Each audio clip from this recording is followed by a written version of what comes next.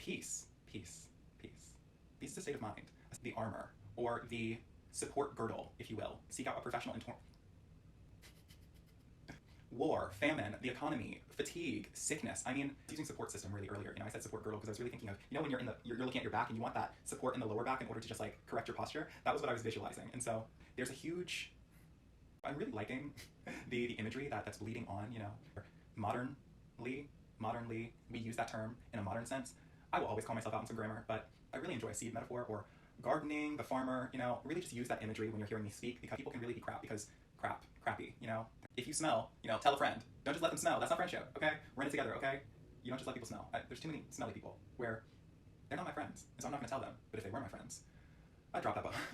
I would drop that bar of knowledge, okay? We'll see again.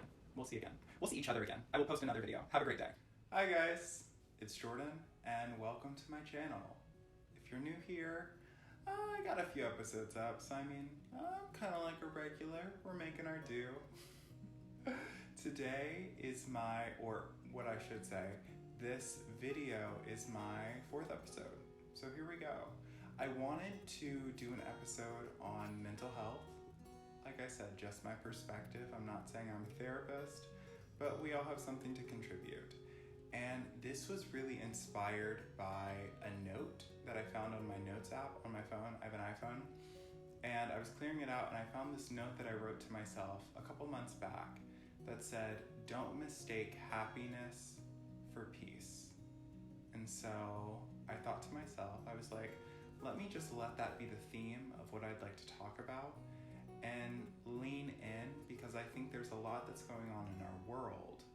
But outside of that discourse or policy, I think there's really how we're all conducting the way we need to sustain ourselves. And it's all connected. Mental health, physical health, emotional health, spiritual health. And so tune in, sit back, and we're just gonna dive in. So getting to the main theme, which is don't mistake happiness for peace. Happiness is an emotion. And I think there's a lot of beautiful aspects about happiness or emotion. But I think the main kicker is that it's fleeting. You'll always have emotions. They'll always be within you. They're the overlay, the filter for our day-to-day in terms of moving from one thing to another and gauging how we are connecting with people or actions around us, and their sensory ideas that give us contextual clues about how internally we're feeling so that we can register that and really understand what's actually going on. I like to think there's the main point, when someone did something to offend me and I'm mad about what they did to offend me, but then there's the subtext or, the layers of, well, why did they do what they did? Or why am I feeling this way outside of just the offense? Am I harboring, something from when they did something else, or what's going on in my life to really push me to a large outburst? All of those things are things to consider, but that's emotions, registering what is of you and what's of the moment. But peace is a state of mind, a sense of self, a harmony with your intention and the world around you in order to move in a way that isn't meant to disturb anything or move you in a way that isn't something that you represent. Or at least that's my definition of peace. It can be peace in this context at least. And so getting back to emotions, it's very easy to be emotional when you're dysregulated and not willing to have an internal conversation that can be external. Sometimes that helps formulate the thoughts. But really, when you're disregarding what's going on internally and it's finding another way to reach out or catch your attention, which is how I would define those outbursts. You know, when people act out or are rude to someone for no reason, mean to their friends, my thought is really, this isn't about me. It's not about me.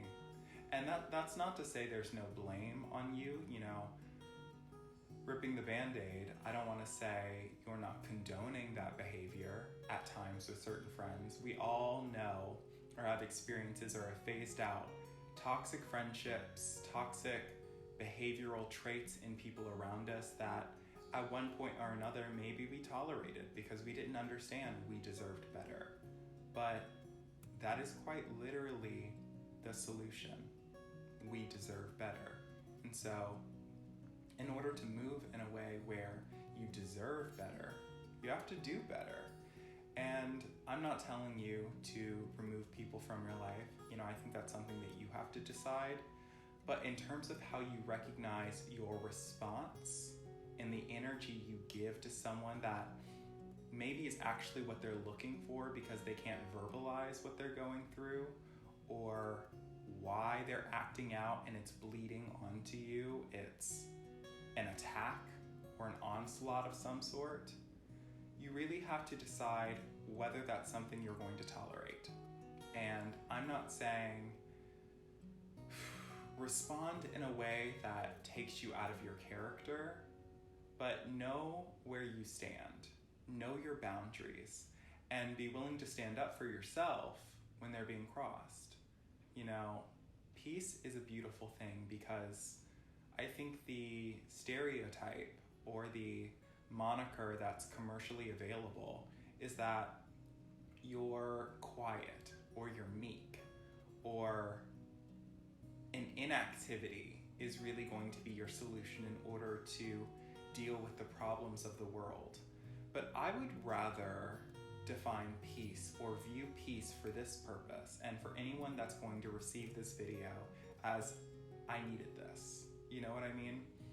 Peace is really the armor or the support girdle, if you will, to reinforce the internal self, the spiritual self that wants to move through this world and grow with intention, but know that you can rely on yourself for that same level of support. You know, I think community is so valuable, but it takes time to develop a sense of community or people whom you can depend on, and they're not always around you. You know, if it's a phone call, if it's a text message, you know, you need to know what your resources truly are in terms of sustaining yourself on a social sense or from a mental health perspective. If you're privileged or blessed enough to have a therapist, that's an immediate way where I think seek out a professional in terms of someone that will be able to guide you if you're not able to guide yourself. But happiness, and really the point of that note, was to be able to enjoy the moment, you know, and differentiate between understanding that you have to create that moment or that situation for that happiness to occur, or appreciate when it appears in your life. But when it disperses or fleets, becomes fleeting, that doesn't mean that you did anything wrong. That doesn't mean that your actions or your behavior are creating a well-being that doesn't match how you'd like your mental health to be. It simply means that there's more to appreciate outside of the emotional color that showed up for you in that moment, which I'm referencing as happiness. But peace, I think that is the crux or the stableness that holds mental health together, because ultimately we all need a sense of stability. We all need to sustain ourselves within ourselves so that we can go through this life without letting any and everything affect us. There's a lot going on in this world that I could talk about or that I could reference. War, famine, the economy, fatigue, sickness. I mean, you know, I don't agree with the idea of feeding into stress because you have to be aware of what's going to affect you indirectly, but we each have a contribution that has to be accounted for. And a lot of times that plays out in our day-to-day. But your sense of self, your sense of well-being, peace, that's the weapon or the armor. I was using support system really earlier. I said support girdle because I was really thinking of, when you're you're looking at your back and you want that support in the lower back in order to just correct your posture. That was what I was visualizing. And so really being able to stand firm and stand tall and know that you're not going to be rocked by any old thing, or even when something that maybe puts you on red alert occurs, you have to understand that you have the tools within yourself both to be aware and understand how you'd like to bring yourself to a situation versus reacting, and listen. Please defend yourself. And while I'd like that to just be verbally or within the space to understand that you don't deserve to be respected, if someone does assault you physically, I don't care of your gender, I don't care if you're a man, a woman, any and everything in between, you have every right to defend your personhood. And that's just being human. But what I'm speaking to primarily is the emotional well-being, the emotional baggage that we carry that we have to account for, that if we're not aware of who we are and what makes us who we are, the good, the bad, the ugly, then that's really when you attract a level of discord that I don't think anyone is really comfortable with. And, I don't want to get too political, but I think the forces at large, there's a huge system at play that we're all indebted to, that we've all paid into, or we're simply just being, it's a part of society as a whole, where more people benefit from you being unwell and ignorant than being able to understand your power and understand that you have options even when they're not giving them to you, or understanding that how you approach something and how you respond to something is more in line with how you represent yourself and the actions and contributions you're making to society, versus how displeased someone actually is and is letting their negativity, their self-hatred bleed onto you. I'm really liking the imagery that's bleeding on, because I guarantee them attacking you or using you as the scapegoat for their volatile negative energy says more about them than it ever will about you. And I would also say, and maybe I'm being eager when I'm saying this, but they know that. They know that fact about themselves. And there comes a point where you're either willing to do the work or you're going to avoid it until the work smacks you. I always say in this life, you can choose to grow, or you can... I have to laugh because it is a bit snide, but you're gonna grow regardless. I don't necessarily philosophically agree with age or time in the way that we commercially are. Really, you're going to develop into a person that is the result of your day-to-day, or how you want to be and dream of being, and that's going to happen regardless. And so if you are aware that you're strapped into this ride we call life and engaging in a society, I'm referencing America a lot of times, first world countries across the world have their own cultures and interactions that define how we come to our sense of self or our being. But knowing where that positivity is in terms of art or history that you can glean from in terms of influencing yourself in a really beautiful way, to knowing where that falls in terms of our most vulnerable communities, and know that that is reaching you in some way. And so if you're not aware, then you won't be able to receive or know when to seek out the resources that are going to help you move beyond a feeling or a depressive episode. I think, so I'm an actor. We've established this. And I've had a lot of beautiful experiences in my life thus far. They're continuing. I'm speaking all of it into existence. But I have to be aware equally, because it's not like I haven't gone through hardships. And so I understand that there's a level of maturity and wisdom you have to have within appreciating every opportunity. And that's something that's kept me growing, even through adversity. But there's time that has to go along with that in order for those seeds. I really enjoy a seed metaphor, or gardening, the farmer, really just use that imagery when you're hearing me speak, because my idea really is that I'm speaking to a larger consciousness, and whoever's going to receive this, I'd like you to interpret it in your own way and find those nuggets where you're like, this is self-help, or oh, that's a friend, because they're out there.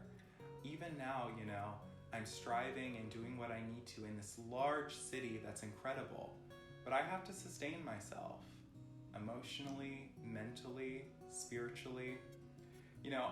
I joke physically as well, because, I swear everyone in New York, they have a gym membership.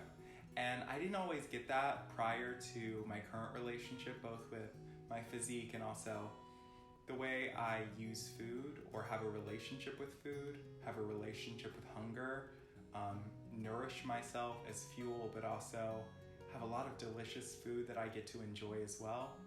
I didn't get that before I moved to New York, why everyone was so ripped. Everyone is ripped. And there are people that aren't ripped, but maybe they're not on the fitness train. And that's okay, but it's because fitness or having a relationship with your body is such an easy way to, lean into your mental health and be able to address things that might have been frustrations throughout your day. Everyone is on the hubbub. Everyone has a busy, busy schedule, even after the panorama. And so sustaining yourself in a way, or having an awareness about your needs, is so important. It's vital, but it's not encouraged or publicized in the way that we talk about therapy, or, a lot of people lean into living by themselves. I think the meaning behind that statement is actually you deserve space, and that's something specifically in America is a privilege a lot of times, or is something that's, thought of as something you'll arrive at with age, or, there is a demonization with roommates, and I get it. People can really be crappy, they're not responsible. Roommates, you can have really wonderful roommates and life partners through friendship, or you can have people that are there for the moment, or don't understand why you need to clean your dishes and pick up after yourself. Or if you smell, tell a friend. Don't just let them smell. That's not friendship, okay? We're in it together, okay? You don't just let people smell. There's too many smelly people where they're not my friends, and so I'm not going to tell them. But if they were my friends, I'd drop that bar. I would drop that bar of knowledge, okay? I'm big on cleanliness, and it's not like I'm perfect, but, you do what you can when you can, and you show up. And I feel like that's the larger point that I really want to speak to, where that's peace. You're showing up for yourself. There are so many different versions of who you are that are going to appear in and out, almost like characters throughout your life. But knowing who's speaking up, how you're speaking up for yourself, that's really the value that I'm talking about. And it's that easy. And I'm not saying that people don't go through hardships. Obviously, there's depression, there's things that, people struggle with vices. But when you're willing to hold your own hand and look yourself in the eye, and whether it's saying, I love you, or say, I'm going to take care of you, and understanding that you're referencing yourself, whether that's a younger version of yourself, whether that's, there's so many different versions of who you are and who you're meant to be, where it's almost like stepping into a costume. There's so many options. So really understand that the world is available to you. And yes, I'm going to keep going with the world can be crappy. The world is crappy, but there's a lot of beauty in this world. There's a lot of gifts to be had in this world, and with friendship and community and people that are thriving. And it's not like they're not thriving through adversity. And you don't have to publicize it as well. But, words matter, and speaking things out loud matter. I think that they resonate differently and settle into your soul in a way where, there's a dialogue. I think it's really interesting where, now everyone's talking and engaging with one another. And, there's been conversations about people not having an internal dialogue, kind of like what's happening when I read, or I enjoy reading plays. When I read, it's TV. It quite literally is like a computer or, a television screen where my imagination fills in the blanks, and I see everything as vivid as you could imagine a movie to be, or watching a TV show. I see what that character is to me, or I see their hair color and I see their actions, and I create the movie within my mind. And even when I want to have a conversation with myself, I can carry a dialogue and understand, many of the thoughts that I'm having. I can have a response to, or engage and question, well, why am I figuring that out? Or why am I addressing something in that manner? That's really what I'm speaking to. But, there are people that don't have an internal dialogue. And whether that's something to be trained, or that's the way that you are simply meant to come at life, and that's just your unique perspective, I think that there is an awareness that you have to define for yourself in terms of what that goodness is. What's that key to success that's divinely you? We all have a very specific entry point into being ourselves and accomplishing our dreams, and whether it's manifestation or simply our spiritual act of creation, it's real. And I hesitate because, a lot of people smirk or snark at what you can't necessarily feel or see with your eyes. But if you're seeing with a different set of senses, then I believe that you're truly imagining or understanding yourself beyond this world. And that has its merits. So take it for what it is. Love yourself. Thank you so much for watching this video. I say it every time, we're growing. And I'm really gonna give a huge shout out when I get to episode 30 or episode 50, because that's really when I know I'm working with the spice. We're in it and we're doing it, But follow, subscribe, comment, have a conversation with me. It matters, and you matter. So take whatever time you need for yourself, and we'll see again. We'll see again. We'll see again. We'll see each other again. I will post another video. Have a great day.